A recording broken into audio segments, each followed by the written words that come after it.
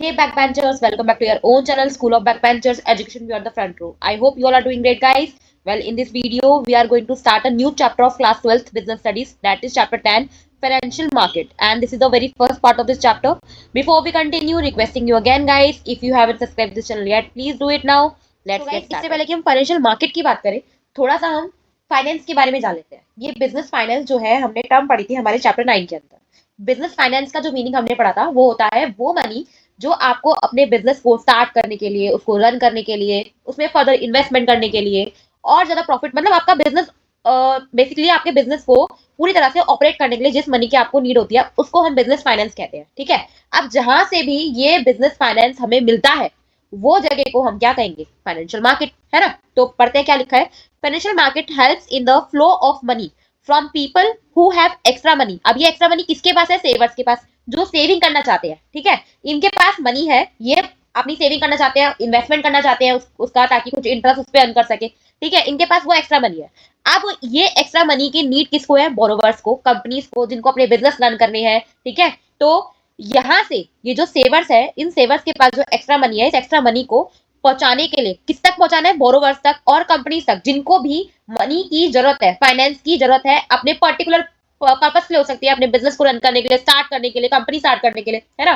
तो financial market जो है वो क्या हेल्प कर रही है? यहाँ से सेवर्स से पैसा लेती है और इन तक पहुंचाती है, बोरोवर्स तक पैसा पहुंचाती है। ठीक है, अब ये कैसे कैसे हो सकता है? दो तरीके से हो सकता है, या तो सीधा डायरेक्टली बैंक से हो सकता है। कैसे बैंक से हो सकता है? लाइक आप अपने सेविंग अकाउंट के अंदर पैसा सेव करके चलते हो, जो भी आपके पास एक्स्ट्रा मनी होती है, ताकि आपको टाइमली आपको थोड़ा थोड़ा इंटरेस्ट उस पर अर्न करते रहो। ठीक है, बट आपने तो वो मनी जो है वो सेव कर दी, अकाउंट के अंदर डाल दी। अब बैंक क्या करेंगी? जो जितने भी कस्टमर्स है उनका पैसा जो पड़ा है उसका कुछ परसेंट तो छोड़ देगी बैंक के अंदर, बाकी का सारा पैसा जो है, मोस्टली लगभग अराउंड 70 to 80% पैसा जो होती है वो बोरोवर्स को लेंड कर देती है मनी।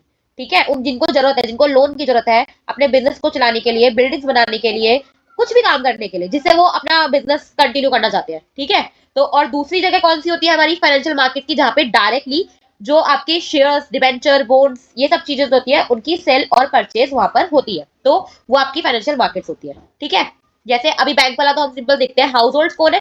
आपके सेवर्स है, जिनके पास सेविंग्स पड़ी है, एक्स्ट्रा मनी पड़ी है, वो अपने मनी को सेव करना चाहते हैं या उस पर कुछ इंटरेस्ट अर्न करना चाहते हैं। वो क्या करेंगे? अपने पैसे को किसको दे देंगे? बैंक को दे देंगे, या शेयर्स खरीद लेंगे, इन्वेस्टमेंट की तो है वो भी, डिबेंचर्स खरीद लेंगे, बॉन्ड्स खरीद लेंगे। वो अपनी एक इन्वेस्टमेंट कर रहे हैं ताकि टाइमली उनको थोड़ा थोड़ा इंटरेस्ट उसके ऊपर मिलता रहे, अपने मनी को अब वो मल्टीप्लाई कर सके। अब बैंक्स और फाइनेंशियल मार्केट के पास ये जो मनी पड़ी है वो उसके ऊपर इंटरेस्ट बनाएंगे कैसे? वो क्या करेंगे? बिजनेसेस को या फर्म्स को या कंपनीज को एज अ लोन वो पैसा दे देंगे, ताकि वो इनसे हाई रेट, समझ लो इनसे वो 10% लेंगे और इनको वो 3 to 4% इंटरेस्ट दे देंगे। तो बाकी का मार्जिन से इनका जो बैंक है और फाइनेंशियल मार्केट्स है ये रन हो पाएगी। ठीक है, तो पैसा किसका था? पैसा अल्टीमेटली हाउस होल्ड का था, सेवर्स का था। उन्होंने बैंक्स में, फाइनेंशियल मार्केट्स में इन्वेस्टमेंट करी, सेविंग अकाउंट में डाला, शेयर्स खरीदे, डिबेंचर्स खरीदे, इंटरेस्ट अर्न करने के लिए और अपने पैसे को बढ़ाने के लिए। अब बदले में बैंक्स और फाइनेंशियल मार्केट जो है वो इंटरेस्ट बनाएगी कैसे? वो बिजनेसेस को, फर्म्स को, कंपनीज को लेंड कर देगी मनी बड़ा अमाउंट के अंदर। जो छोटे छोटे मनी थी, छोटे छोटे कस्टमर्स ने अलग अलग अमाउंट के अंदर अपनी सेविंग्स कर रखी थी, इन्वेस्टमेंट कर रखी थी, एक बड़ा अमाउंट क्रिएट करके बैंक्स और फाइनेंशियल मार्केट बिजनेसेस को दे देंगी, इन्वेस्ट उनको बोरो, जो जिनको बोरोवर्स को जरूरत है, जिनकी लोन की जरूरत है जिनको, ठीक है, उनसे ज्यादा इंटरेस्ट लेगी, इनको कम इंटरेस्ट देगी, और जो भी मार्जिन होगा उससे ही बैंक फाइनेंशियल मार्केट जो है वो ऑपरेट होते हैं। आई होप आपको क्लियर है। तो financial market a place where financial assets जैसे कि शेयर्स, बॉन्ड्स, ये जो है बॉट किए जाते हैं और सोल्ड किए जाते हैं, खरीदे जाते हैं, बेचे जाते हैं। ये हेल्प करते हैं जो भी सेविंग है, कॉमन मैन की जो भी सेविंग है उसको मोबिलाइज करने में, ताकि उनका कोई प्रोडक्टिव पर्पस के लिए यूज किया जा सके। ठीक है, ये कनेक्ट करते हैं सेवर्स यानी कि लैंडर्स, जिनको एक्स्ट्रा, जिनके पास एक्स्ट्रा मनी है, वो अपने पैसे को इन्वेस्टमेंट करना चाहते हैं, और बोरोवर्स तक, इन्वेस्टर विद इन्वेस्टर्स या बोरोवर्स जिनको पैसे की जरूरत है, उन तक सेवर्स को कनेक्ट करते हैं। ये फाइनेंशियल इंटरमीडिएरीज के रूप में काम करते हैं, लाइक बैंक हो गए, म्यूचुअल फंड्स हो गए, फाइनेंशियल मार्केट, दूसरे फाइनेंशियल इंस्टीट्यूट जो पैसा कस्टमर से लेते हैं इन्वेस्टमेंट के लिए और बाद में लैंड कर देते हैं जिनको बोरोवर्स को उसकी नीड होती है। ठीक है, और हेल्प करते हैं फंड्स को ट्रांसफर करने के लिए। Makes money available to those who can use it and pay for it. तो उन लोगों के लिए ये मनी को अवेलेबल करवा रहे हैं जिनको उसकी जरूरत है, और वो बदले में उसके ऊपर कुछ इंटरेस्ट पे करेंगे और रेडी है उस चीज के लिए। फॉर एग्जाम्पल, सपोज रवि जो है वो 10,000 रुपीज मंथली सेव करता है। ठीक है, अब वो क्या करता है? वो मंथली इनकम को, अपनी जो सेविंग कर रहा है उसको अपने पास ना रख के, अपने पास रख के क्या करेगा? डबल थोड़ी ना हो जाएगा, पड़ा ही रहेगा वो पैसा। तो वो क्या करता है? म्यूचुअल फंड के अंदर इन्वेस्टमेंट कर देता है। जो म्यूचुअल फंड है वो मनी के पैसे को टाटा कंपनी के शेयर्स बाय करने में इन्वेस्ट कर देता है। अब टाटा जो है उसको फंड मिल गए बिजनेस के लिए, और रवि जो है उसको एक इंटरेस्ट मिलता जाएगा, रिटर्न मिलता जाएगा अपनी इन्वेस्टमेंट के ऊपर। तो यहाँ पे म्यूचुअल फंड जो है वो एज अ फाइनेंशियल इंटरमीडिएरी के रूप में काम करेगा, क्योंकि वो रवि जो कि सेवर था और टाटा जो कि बोरोवर था, दोनों को कनेक्ट करने का काम कर रहा है, खुद मिडल में रहकर। आई होप आपको फाइनेंशियल मार्केट का मीनिंग अच्छे से क्लियर है। तो गाइस फाइनेंशियल मार्केट के बारे में पता चल गया क्या होता है। अब ये दो तरीके की होती है, एक होती है कैपिटल मार्केट, एक होती है मनी मार्केट। कैपिटल मार्केट में आपकी जो लॉन्ग टर्म की अगर आप सिक्योरिटीज होती है, फाइनेंशियल सिक्योरिटीज होती है, उनको खरीदना और बेचना चाहते हो तो आप कहाँ जाओगे, आप कैपिटल मार्केट में जाओगे। और आपको शॉर्ट टर्म के लिए बहुत ही 1 ईयर से कम टाइम पीरियड, यानी कि डेज का भी टाइम पीरियड होता है कि इतने ही टाइम पीरियड के लिए आपको 15 डेज के लिए या मंथ के लिए आपको खरीदना और बेचना है सिक्योरिटीज को, फाइनेंशियल सिक्योरिटीज को।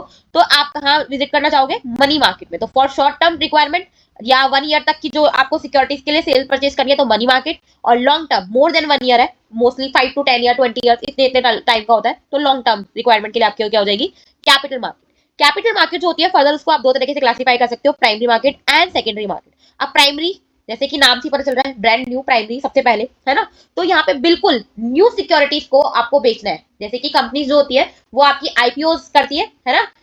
सबसे पहले जब शेयर्स जो होती है अपनी मार्केट में बेचना शुरू करती है सबसे पहला, तो उसको प्राइमरी मार्केट में बेचना पड़ता है। और जब जो पहले से बिके हुए शेयर्स है उनको दोबारा से रीसेल किया जा रहा है या दोबारा से खरीदा जा रहा है पहले के शेयर्स को, तो सेकेंडरी मार्केट में उनको ट्रेड किया जाता है। तो फॉर ट्रेडिंग जो ऑलरेडी इशूड सिक्योरिटीज है उसको करने के लिए सेकेंडरी मार्केट में ये सेल परचेज किया जाता है, ठीक है। और कौन कौन पार्टिसिपेट करता है इनमें, बैंक्स करते हैं, इन्वेस्टर्स करते हैं, म्यूचुअल फंड्स होते हैं, एलआईसी या दूसरे कोई भी फाइनेंशियल आपके इंस्टीट्यूशंस हो गए जो सेबी के पास रजिस्टर्ड होते हैं, ठीक है, इंटरमीडिएटरी का काम कर सकते हैं इनकी सेल परचेज के लिए। और ये दोनों ही मार्केट जो है, प्राइमरी मार्केट भी और सेकेंडरी मार्केट, दोनों को कौन कंट्रोल करता है इंडिया के अंदर, SEBI, security exchange board of India, ठीक है।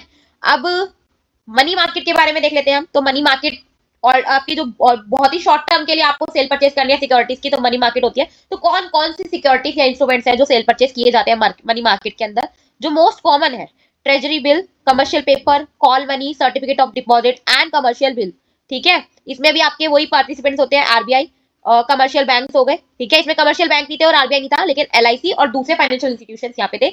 अगेन ये भी कौन कंट्रोल करता है, सेबी कंट्रोल करता है इंडिया के अंदर, ठीक है। इसको डीपली जो है इनके बारे में, इन सबके बारे में हम डीपली हमारे सेकंड पार्ट में पढ़ेंगे। फिलहाल हम इस वाले पार्ट के अंदर कंटिन्यू करेंगे हमारी कैपिटल मार्केट के बारे में। हमने क्या क्या पढ़ा, एक मार्केट है जो लॉन्ग टर्म फंड्स को, जहां पे आपको 1 साल से ज्यादा के लिए सेल परचेज करनी है सिक्योरिटीज की, ठीक है। इसमें डैप्स आ जाते हैं आपके, डिबेंचर्स, लोन्स हो गए, लॉन्ग टर्म लोन्स हो गए, और इक्विटी इंस्ट्रूमेंट्स हो गए। इसमें मेजर पार्टिसिपेंट करने वाले होते हैं आपके डेवलपमेंट बैंक जो होते हैं, आपके कमर्शियल बैंक जो होते हैं, और स्टॉक एक्सचेंज जो होते हैं, ठीक है, जैसे कि NSC, BSE, national stock exchange और बॉम्बे स्टॉक एक्सचेंज, ये मोस्ट कॉमन है, मोस्ट फेमस है। इसको दो तरीके से दो पार्ट्स के अंदर डिवाइड किया गया है, जैसे कि अभी हमने देखा था। प्राइमरी जो कि बिल्कुल न्यू सिक्योरिटीज के लिए, जो अभी तक बेची और खरीदी नहीं गई है, और जो ऑलरेडी सिक्योरिटी ऑलरेडी इशू की जा चुकी है पहले, अब दोबारा से उनका सेल परचेज करना है, तो आपकी सेकेंडरी मार्केट जो है उसके लिए होती है। इनके बारे में डिफरेंस पहले प्राइमरी मार्केट के बारे में देखते हैं। जैसे कि हमें पता है यहाँ पे न्यूली जो सिक्योरिटीज होती है आपकी, न्यू डिबेंचर है, बिल्कुल आपके न्यू शेयर्स है, इक्विटी शेयर्स है, प्रेफरेंस शेयर्स है। आप पहली बार पब्लिक के अंदर अपनी कंपनी के शेयर्स को, डिबेंचर्स को, बॉन्ड्स को इशू करने वाले हो, इशू करके पैसे आपके फंड्स को रेस करने वाले हो। तो डील करता है न्यू सिक्योरिटी के साथ में, जो कि पहली बार इशू की जा रही है पब्लिक से, ठीक है, पब्लिक से इशू करके उनसे पैसा रेस किया जा रहा है। यहाँ पे कौन कौन इन्वेस्टर्स होते हैं, बैंक्स इन्वेस्ट कर सकते हैं, फाइनेंशियल इंस्टीट्यूशन कर सकते हैं, इंश्योरेंस कंपनी भी इन शेयर्स को इशू कर सकती है, सब्सक्राइब कर सकती है, और म्यूचुअल फंड्स कर सकते हैं, इंडिविजुअल भी कर सकते हैं, आम लोग भी जो ये इशू हुए हुए सिक्योरिटीज होती है इनमें इन्वेस्ट कर सकती है, सब्सक्राइब कर सकती है इनको, ठीक है। कोई फिक्स लोकेशन नहीं होती है यहाँ पे। ऑब्वियसली पहली बार ये इशू हो रहे हैं, आज से पहले इनको नहीं इशू किया गया है, तो दोबारा बेचे तो जा नहीं सकते, तो सब सिर्फ यहाँ पे बाइंग होती है सिक्योरिटीज की, जो फर्स्ट टाइम इशू हो रही है, चाहे वो डिबेंचर हो, आपके प्रेफरेंस शेयर्स हो, आपके इक्विटी शेयर्स हो, ठीक है। अब आपने इनको खरीद लिया, ठीक है। अब दोबारा जब आप इसको बेचना चाहते हो, अगर आपके पास वो राइट है कि आप उसको बेच सकते हो, तो आप उसको प्राइमरी मार्केट में नहीं बेचोगे, आप उसको कहाँ बेचोगे, सेकेंडरी मार्केट में। और क्योंकि वो पहले से बिके हुए शेयर थे, उसको कोई और खरीदना भी चाहता है, तो उसको भी सेकेंडरी मार्केट से, यानी कि स्टॉक एक्सचेंज से ही उसको खरीदना बेचना पड़ेगा। तो डील्स विद एग्जिस्टिंग सिक्योरिटी, जो ऑलरेडी पहले इशू हो चुकी है, अब दोबारा उसका सेल परचेज हो रहा है, या तीबारा हो रहा है, या मतलब मेनी टाइम्स हो चुका है, तो वो कहाँ होगा, सेकेंडरी मार्केट में होगा। इसको स्टॉक मार्केट भी हम कहते हैं। इसकी फिक्स लोकेशंस होती है, जैसे कि बीएसई यानी कि बॉम्बे स्टॉक एक्सचेंज या एनएसई नेशनल स्टॉक एक्सचेंज। दोनों बाइंग करना और सेलिंग करना सिक्योरिटी की दोनों इस मार्केट में होती है। फॉर एग्जांपल एक इन्वेस्टर जो है रिलायंस शेयर्स को दूसरे इन्वेस्टर से खरीदता है, कहाँ पे, नेशनल स्टॉक एक्सचेंज पे। और दूसरा इन्वेस्टर जो था वो कोई और इन्वेस्टर था जिसने स्टार्टिंग में जब वो इशू हुए थे रिलायंस शेयर तब उसने खरीदे थे, अब वो बेचना चाहता है और उससे एक इन्वेस्टर खरीद रहा है, तो अब दोबारा उसका ट्रेडिंग हुआ है तो वो कहाँ पे होगा, सेकेंडरी मार्केट में होगा। आई होप ये दोनों मार्केट्स आपको अच्छे से क्लियर है गाइस, इसमें बीच में डिफरेंस आता है, आपको अच्छे से आना चाहिए। तो गाइस हमने प्राइमरी मार्केट पढ़ा, हाँ, जिसमें हम न्यूली सिक्योरिटीज को हमारी इशू करते हैं आम पब्लिक के लिए। अब इसका मेथड क्या है इसको इशू करने के, तो उसको हम करते हैं थ्रू प्रोस्पेक्टस, ठीक है, या आईपीओ। आईपीओ क्या है, आईपीओ का फुल फॉर्म होता है आपका इनिशियल पब्लिक ऑफरिंग, ठीक है, ये आपकी फुल फॉर्म आ सकती है। अब होता क्या है, इनिशियल पब्लिक ऑफरिंग के अंदर आप एक प्रोस्पेक्टस अपना छपवाते हो, लाइक आप एक इनविटेशन दे रहे हो किसी को, वेडिंग का इनविटेशन देते हो तो उसमें सब कुछ आपको छपाना पड़ता है, कहाँ है, क्या टाइमिंग होगा, वेन्यू क्या है ना, टाइमिंग क्या रहेगी, कब कौन सा फंक्शन होगा, कहाँ कहाँ होगा, है ना, ये सब चीजें लिखवाना पड़ता है आपको। कांटेक्ट करना है तो किसको करना है। इस तरीके से ही आप क्या करते हो, जब आप अपनी न्यू सिक्योरिटीज को मार्केट के अंदर इशू करना चाह रहे हो तो आप उसके लिए एक इनविटेशन प्रोस्पेक्टस जो है वो छपवाते हो। उसके अंदर आप बताओगे कि भाई कितने शेयर्स है, किस टाइप के शेयर्स है, डिबेंचर है तो डिबेंचर कितने हैं, क्या परसेंट इंटरेस्ट होगा उसके ऊपर, ठीक है, डिविडेंड का क्या प्रोसीजर रहेगा। अगर कोई पर्सन जो है आपका शेयर या डिबेंचर जो भी आपकी सिक्योरिटी है उसको सब्सक्राइब करना चाहता है तो उसको लमसम पे किया जाएगा, मतलब पूरा अमाउंट एक साथ देना है, कितने रुपए का शेयर है, कितने रुपए का डिबेंचर है, और या इन्वेस्टमेंट पे किया जाएगा उसको। मतलब कुछ अमाउंट इशू जब वो अप्लाई कर रहा है तब देना पड़ेगा, बाकी का अमाउंट पर्टिकुलर आपकी इंस्टॉलमेंट पे होंगे, लाइक थोड़ा सा अलॉटमेंट पे होगा, थोड़ा सा कॉल पे होगा, फर्स्ट कॉल होगी, सेकंड कॉल होगी, इस तरीके से उसको पेमेंट करनी होगी। तो हर चीज जितनी भी रिलेटेड चीजें हैं, टर्म्स एंड कंडीशंस है, वो सब चीजें जो है वो प्रोस्पेक्टस में आपको छपवानी पड़ती है, ताकि जब कोई इन्वेस्टर या कोई पब्लिक आपका शेयर या आपकी सिक्योरिटी को सब्सक्राइब करना चाहती है तो वो कंफ्यूज ना हो, उसको सारी डिटेल्स पता हो और वो फिर पूरे कॉन्फिडेंस के साथ में आपका शेयर, आपकी डिवेंचर, आपका बॉन्ड जो भी आप इशू कर रहे हो फर्स्ट टाइम उसको सब्सक्राइब कर सके, ठीक है।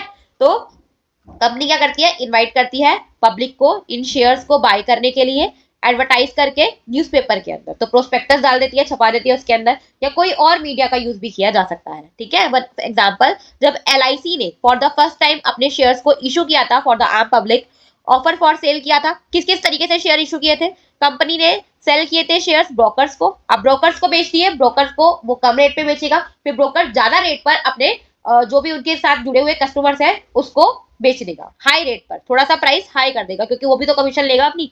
प्राइवेट प्लेसमेंट कर सकते हैं, आम पब्लिक में ना बेचकर कंपनी जो होगी वो क्या करेगी, कुछ बड़े बड़े जो सिलेक्टेड बिग इन्वेस्टर्स है उन्हीं में शेयर्स बेच देगी। अब फर्दर जो बड़ी कंपनीज है वो आगे बात बेच सकती है, री इन्वेस्ट कर रीसेल कर सकती है शेयर्स को। राइट्स इशू, राइट्स इशू क्या होता है, जैसे कंपनी है एक ए, उसने पहले ही कुछ दूसरी मतलब उसकी कोई भी सब्सिडरी कंपनी थी या कोई भी दूसरी कंपनी थी, उसके शेयर्स अपने कुछ शेयर होल्डर्स को बेच रखे थे, बी सी डी ई, मतलब किसी का ज्यादा इन्वेस्टमेंट लो, इसका थोड़ा ज्यादा है, इसका थोड़ा कम है, ठीक है, इसका बराबर है, इन दोनों का बराबर है, इस तरीके से कुछ इन्वेस्टर्स है इसके पहले से ही। तो अब वो अपनी दूसरे नए शेयर्स इशू कर रही है कंपनी, तो वो क्या करेगी, अपने जो पुराने वाले इन्वेस्टर्स है, जो पहले वाले शेयर होल्डर्स है, उन्हीं को ही कुछ कुछ परसेंट, लाइक मतलब अगर इसने 10 लाख की इन्वेस्टमेंट कर रखी है तो उसका 10% यानी कि 1 लाख की शेयर इसको बेच देगी। इसका अगर 50,000 5 लाख का इन्वेस्टमेंट थी पहले से इसके साथ में, तो अब वो क्या करेगी, इसका 10% यानी कि 50,000 के शेयर इसको दे देगी 5 लाख के हिसाब से। तो कोई परसेंटेज के अंदर, किसी फिक्स प्रोपोर्शन के अंदर वो करंट शेयर्स को अपने जो एग्जिस्टिंग शेयर होल्डर्स है उनको बेच देगी, ऑफर करेगी। अब वो खरीदे ना खरीदे, सब्सक्राइब करे ना करे, वो उनकी मर्जी है, ठीक है। ई आईपीओ, जब सिंपल चीज है, जब आप अपने शेयर्स को इशू कर रहे हो ऑनलाइन सिस्टम के थ्रू तो उसको आप ई आईपीओ कहते हैं, और ये स्टॉक एक्सचेंज पर ऑनलाइन किया जा सकता है। आई होप आपको क्लियर है प्राइमरी मार्केट क्या होती है, सेकेंडरी मार्केट क्या होती है, कैपिटल मार्केट, मनी मार्केट, ये सब आपको चीजें क्लियर है। बाकी सेकेंडरी मार्केट के जितने इंस्ट्रूमेंट्स अभी हमने देखे थे उनको हम डिटेल में पढ़ेंगे नेक्स्ट पार्ट के अंदर। तब तक के लिए अगर वीडियो पसंद आया हो प्लीज लाइक कर देना, चैनल को सब्सक्राइब नहीं किया है तो सब्सक्राइब कर देना। मिलते हैं नेक्स्ट पार्ट में, तब तक के लिए बाय।